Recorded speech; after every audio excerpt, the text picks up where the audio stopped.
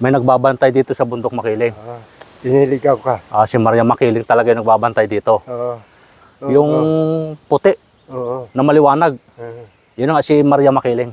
Mababalagan dito. Ayan guys, marami daw kababalaghan talaga dito sa Bundok Makiling. Grabe.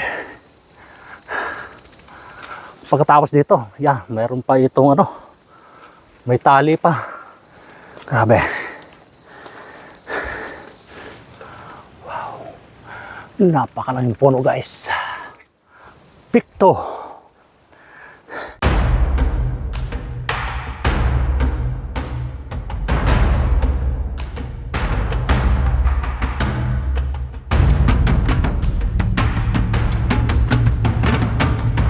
Guys, mula doon sa may Aguila Base ay naglakad na kami patungo doon sa ibabaw ng Mount Makiling na ito. Ano nga sir yung pupunta natin? Summit, no?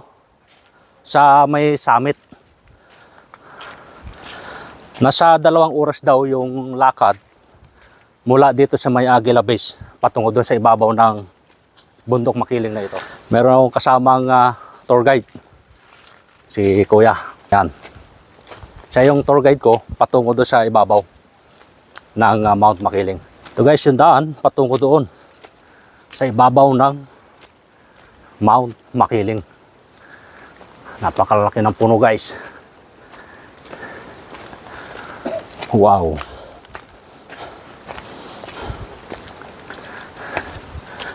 Grabe. Ang oras ngayon ay 8:15. Orasan natin hanggang doon sa Aguila Bay, hanggang doon sa ibabaw. Wow. Ayan si Kuya Jojo, ang aking tour guide. Kuya Jojo, ilang taong ka na po? 58 na ako. 58? Wow, malapit nang mag-senior.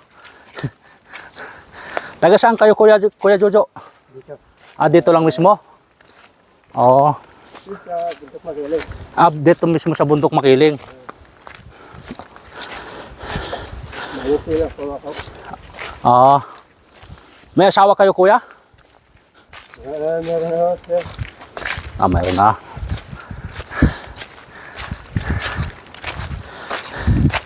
Wala na sir station dito na nadadaanan natin? Meron sir, meron. Meron pa? Meron station yan. Sir. May number, may tuwa. Okay.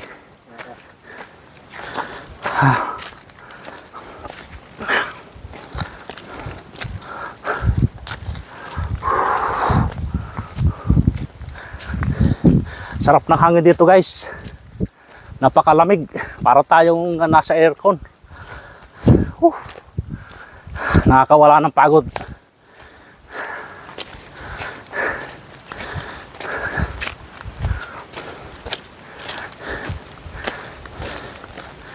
Wow. Talagang gubat na gubat guys itong Mount Makiling. Talagang masasabi nating virgin forest itong lugar na ito. Dahil sa mga puno pa lang ay talagang napakalalaki na.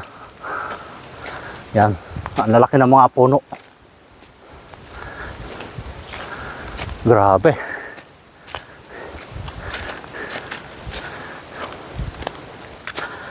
Grabe.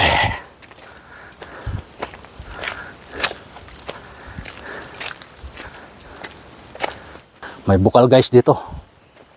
May tubig. Parang kalsada ito Kuya dati ano? Parang may kalsada dati. Opo. Ayun, dahil mayroong may harang or may barrier dito. Dati siyang nadadaanan daw ng sasakyan. Pero ngayon hindi na. Ayun. Nakarating kami ngayon sa Station 12. Yun. At ngayon, maganda naman yung dito, talagang mayroong mga number na pwede mong matawagan for in case emergency. Sabi. Tumumba guys ito. Ito. Ito naman sa tinatawag na baliti. Baliti. Oo, yan tinatawag na baliti. Tumumba no. Kailan kuya ito tumumba? Kailan tumumba ito? Ano, isang... Nung bumagyo? Sir. Nung bumagyo? Okay.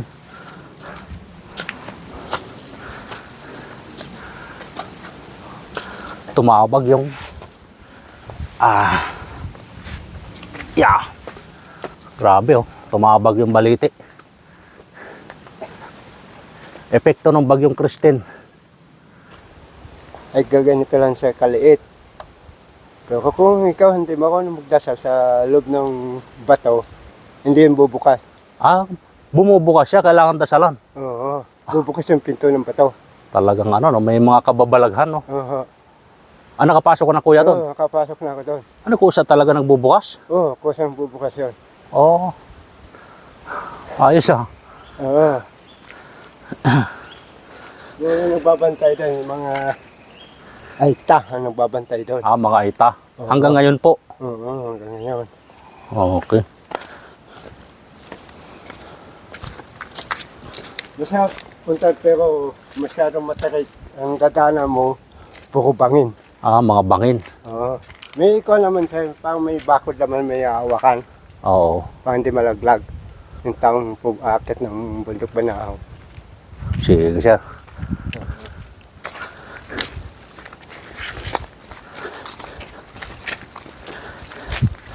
Sir, dito araw-araw may maakyat dito sa lugar na ito. Oo, paakit pa tayo sir.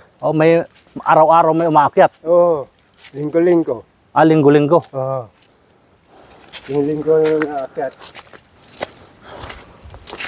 Ano ba sir yung meron doon sa ibabaw?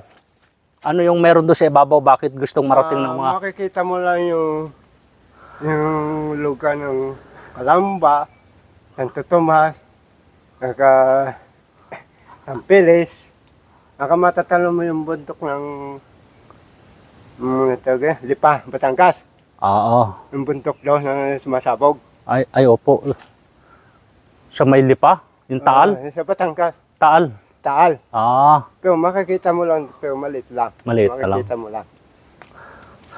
Makikita mo dito. Yung bundok na yun. wow. Grabe. Dito sir, kung ikaw solo, naglalakad dito, Opo. ay ikaw ay mawawala din dito. Mawawala kung nag-iisa. Ay ikaw mag-iisa. Oo. Kasi, meron dito nakabantay. May Sa bundok Makiling. may nagbabantay dito sa bundok Makiling. Ah, Kaya hindi pwedeng nag-iisa. hindi pwede. Paano sir nasabing nawawala? Ibig sabihin, may nangyari na ba? Meron din yung nangyari na parang ikaw ang liniligaw. Liniligaw ka. Di ba yung diretso? Opo. Pero ang utak mo ay nawawala sa paningin. Oo. Nawawala ka sa sarili. Kasi mayroon nag-uusap sa'yo, hindi mo siya nakikita. Ganun? Ganun yun. Ano sabi? Kasi si Maria Makiling, yung nakabantay dito. Si Maria Makiling talaga yung nagbabantay dito. Oo. Okay. Pero mabait naman niya si Maria Makiling, di ba? Oo, mabait. Oo. Huwag lang yung sabi yung babastusin. Yan, Ano, oo. talagang ikaw liligawin ka. Pero may insidente na tayo dito na na may nawala talaga. Ang dami na dito ng naligaw eh. Pero- Pero inaabot na ng alas 12 ng gabi. Nakakauwi. Hinahanap namin yun. Ay nakikita niyo naman kuya. Oh, makikita.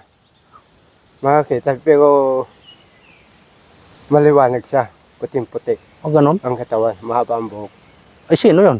Hindi makili. Si Maria Makiling. Ay yung hinahanap niyong tao. Tao, wala yan. Wala. Wala. So ibig sabihin, kapag may na-report sa inyong may nawawala, Yun, tatawag sa ibaba, gano'n. Oo. Hahanapin namin yun. hahanapin nyo dito gabi na. Oo. Pero ang ibang makikita ninyo, Oo. yung puti Oo. na maliwanag. Yun nga si Maria Makiling. Ibig sabihin, nagpapakita rin pala si Maria Makiling, no? Oo. Kami, sinasamahan kami. Pamahanap namin yung nawawala. Ibig sabihin, hindi ka gagawa ni Maria Makiling. Hindi. At sinasamahan kayo ni Maria Makiling. Oo, hahanapin kasi yung taong walang kasama, walang kawa. Yun ay pang may taong nililigaw yung tao. Tapos, may Makiling naman. kami naman na talagang hindi nakatira, yan ang kukuha namin. Ano gano'n, ang dami mga mababalagan dito. Oo, ayan guys, marami daw kababalaghan talaga dito sa bundok Makiling. Yung sinasabi, kahit na doon sa, sinasabi ko, yung pinto Oo. ito, dahil din yun. So, doon sa Tanahaw, kayo din yun. May mga insidente na daw pala dito na nawawala at hinahanap nga nila kuya o ng mga tour guide. Pero iba yung nakikita nila kapag sila ay umakyat dito para hanapin yung taong nawawala. Ang nakikita daw nila ay puting tao na maliwanag. Kaya kung aakyat dito, hindi pwedeng walang tour guide. Hindi ka pwedeng mag-isa. Kahit kayo ay 5, 10, kailangan pa rin ng tour guide paakyat dito. Wow. Dito guys, sa bundok Makiling, ang background naririnig natin ay huni ng mga ibon. Ayun nyo, pakinggan nyo guys, napakaraming humuhuning ibon.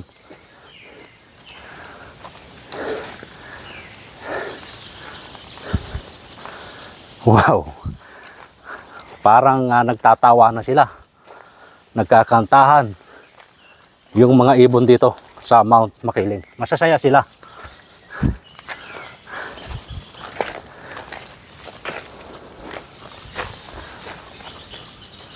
Wow.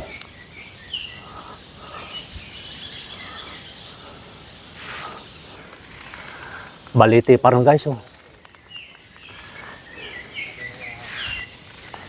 Ano kuya? May ahas?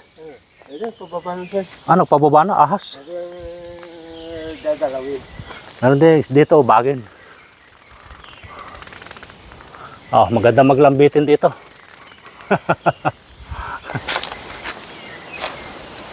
Grabe itong kahon nito. Oh.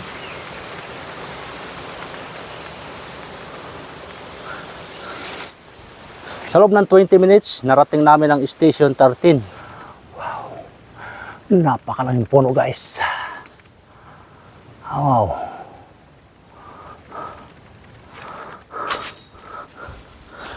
Ang ganda ng bato dito guys, oh. Para siyang ano ta? Tingin ko graba, no? Ito yung ginagawang graba, hindi ba ito 'yun? Mukhang matibay, oh.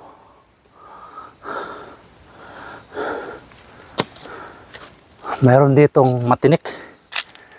Pagkakaalam ko ito ay palasan. Yan.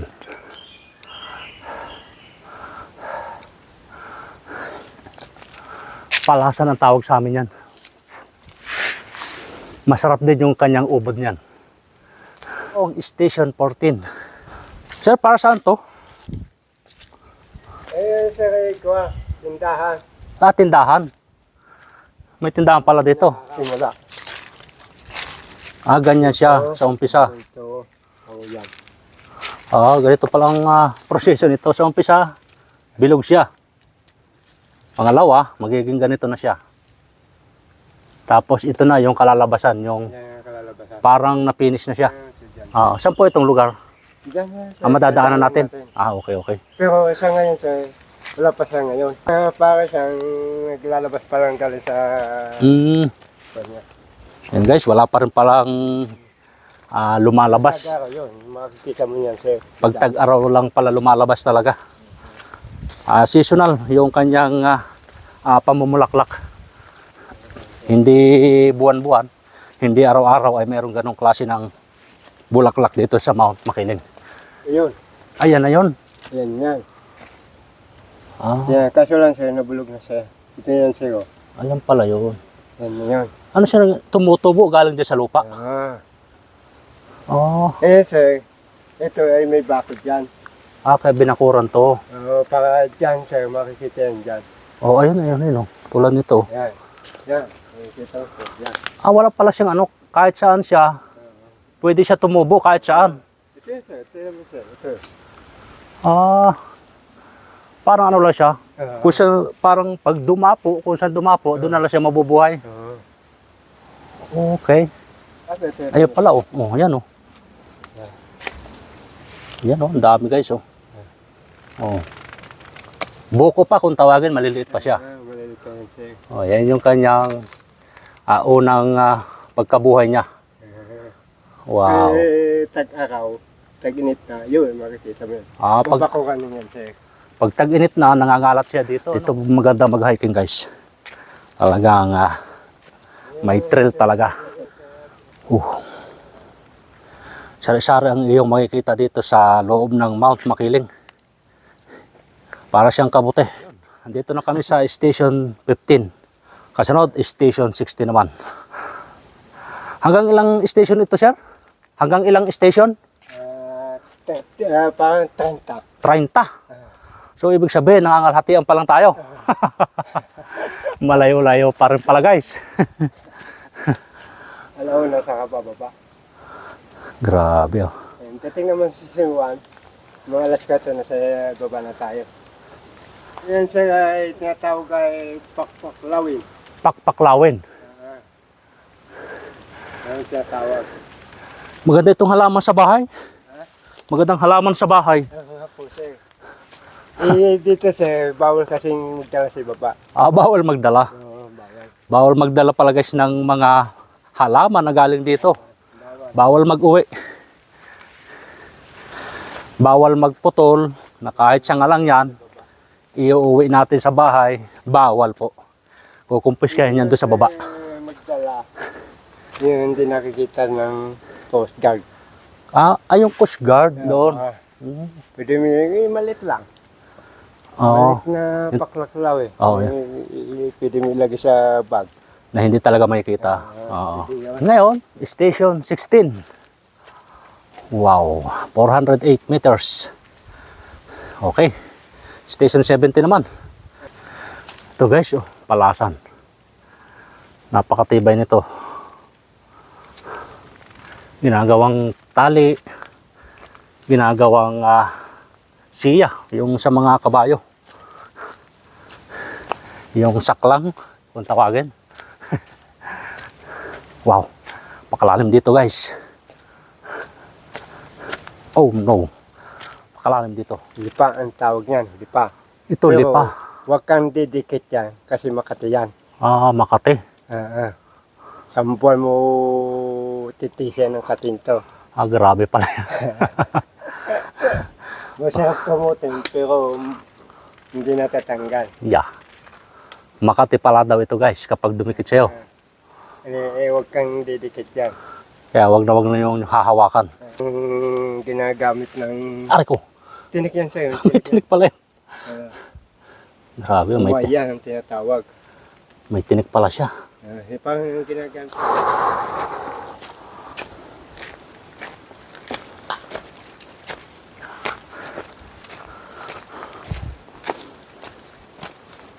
Gumuho dito guys, nag-landslide.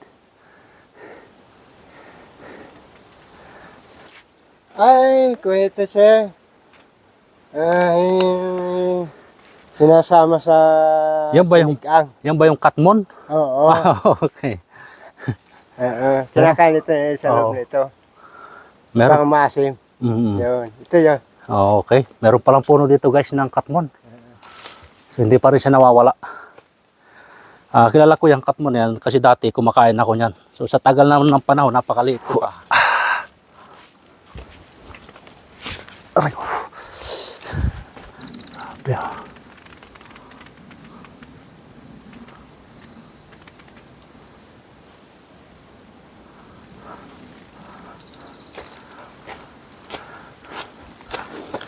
Grabe ang lamig ng panahon guys. Grabe ang lamig ng simoy hangin guys. Nanunuot sa balat. Pakasarap sa pakiramdam. Parang nasa aircon. Lalong lumalamig kapag nakakarating tayo dito sa pinakaibabaw. Itong Mount Makiling. Ha? Yan ang duman na bagyo. Ito na tanaw natin kanina. Oo. Yung nakikita natin doon. Oo. Ito yun. Grabe. Saan tayo dadaan dyan? Hindi kasi. Init ka lang sa akin sir. Nakakatakot naman dumaan.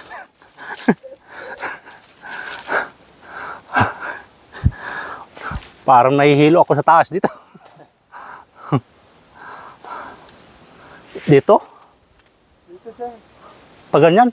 Dito. Basta sumot ka lang sa taas sir. Wait lang. Pahinga sir, pahinga. Oh, wait lang kuya, wait lang. Ito sa ginainit sir.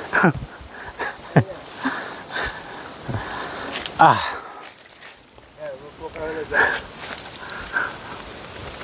grabe guys. Bigla akong kinabahan dito sa dadaanan namin. Kasi ito yung gumawa na napakataas. Ha. Dadaan ka doon sa gilid. Naku, parang nakakatakot dumaan guys eh.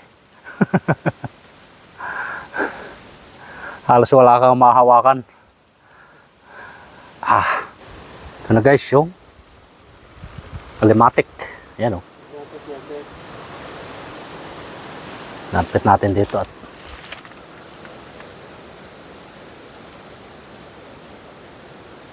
yo. Dami oh. Ha. Grabe oh, meron akong alimatic oh. Oh.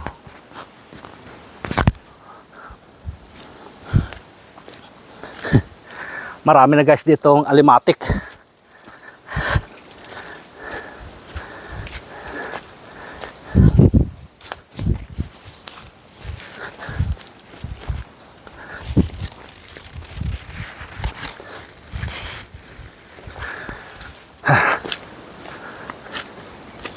Grabe.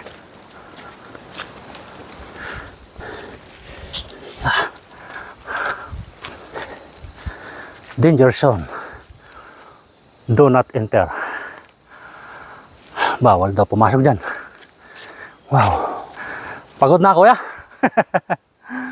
Oh, nasa station 22 na tayo. Okay.